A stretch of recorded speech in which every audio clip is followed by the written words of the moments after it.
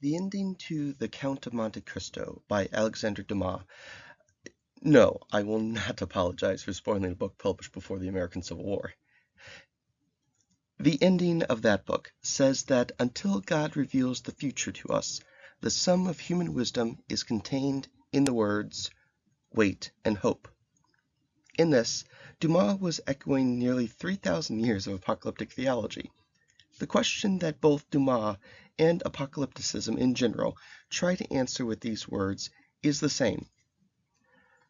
What should one do in a world full of pain, misery, and evil? Dumas writes that perhaps it is through pain that we can best enjoy happiness. But we must wait and hope. But wait for how long? And hope for what? For an apocalypse. There is a classic theology question conveniently called the problem of evil. If God is defined as all good and all-powerful, why does evil exist? If he were not all good, or if he were not all-powerful, the presence of evil makes sense. But if God must be all good and all-powerful, then the fact evil exists seems to prove that such a God does not. Philosophers and theologians can debate this question among themselves, but they have for quite a long time. But a potential solution actually arose before the question was even articulated, at least as we presently conceive of it. The answer to the problem of evil, according to an apocalyptic worldview, is simple. Wait and hope. The earliest known formulation of this can be traced to Zoroastrianism, which arose in Iran between 2,500 and 3,000 years ago, roughly, and is still practiced by adherents to this day. I hope to do more videos about Zoroastrianism itself later, because it is fascinating and does not get the attention it deserves. For the moment, forgive the thumbnail sketch. Before Zoroastrianism, Near East religions believed the gods were not so much good and evil as they were powerful and capable of either helping or harming humans depending on their moods. That is, order versus chaos more than good versus evil. According to Zoroaster, however, there was a definitive good god called Ahura Mazda, who was the ultimate authority in both power and morality. He didn't just want to be appeased, he wanted humans to be genuinely, capital G, good people. Working against Ahura Mazda was another destructive and evil force, a dark entity that spread falsehood rather than divine truth. This great enemy was called Ahriman. Ahriman was responsible for the evil that people did, but humans had the moral duty to choose to do right. If they did, they would be rewarded. Later. Zoroastrians, like other groups, knew bad things happened in this world.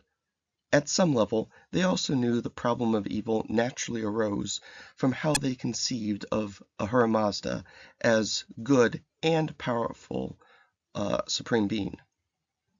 So they conceived also of Ahura Mazda, the wise lord, possessing knowledge far beyond mortal capabilities. Yes, life can be bad now. Yes, bad things happen to good people.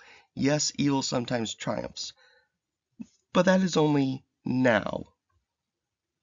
Wait was the message from Ahura Mazda, and at the end of time, I will promise that I will use my power to reward the good who follow me and punish the wicked who follow the evil Ahriman. You cannot see all that's going on yet, but I promise one day you will. And on that day there will be an apocalypse, an unveiling, and all mysteries will be known. That, in essence, is what Zoroaster taught his followers in Iran nearly 3,000 years ago. Wait and hope. Let's look at another Near Eastern text that tried to wrestle with the problem of evil, the Book of Job. In the Hebrew Scriptures, Job is a perfectly just man who is successful, well-liked, and absolutely loves God. One day, Satan, who is not seen as a purely sinister figure at this point, claims that Job is only faithful to God because he is so happy. So, long story short, God permits Satan to ruin Job's life until he is a poor, miserable, pain-racked, broken person. Yet, Job does not curse God for his fate. He has no idea why he has been so tormented, but he knows two things. He is innocent of any crime, and God is still worthy of praise. But he would still like to understand why he has suffered. Eventually, God appears to Job. Rather than answer his question outright, God instead explains to Job that humans are finite creatures and are incapable of understanding the deep, profound, cosmic mysteries that God keeps secret. Job is humbled, satisfied, and is rewarded, receiving twice what he had lost. In short, the entire book of Job does not give a clear answer to the problem of evil, but insistently urges Job to wait and hope. Finally, one last text from the New Testament that indirectly uses apocalypse as a solution to the problem of evil. The larger passage that I'm going to quote from comes from a bit that's often read at weddings. I doubt many understand that it is apocalyptic. Paul's first letter to the Corinthians, chapter 13, verse 12, runs as follows. For now we see in a mirror dimly, but then face to face. Now I know in part. Then I shall understand fully, even as I have been fully understood. Whenever Paul says now, he means in this life.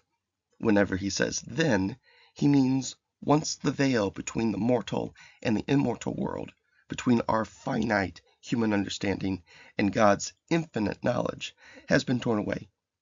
He is talking about an apocalypse, an unveiling of hidden mysteries.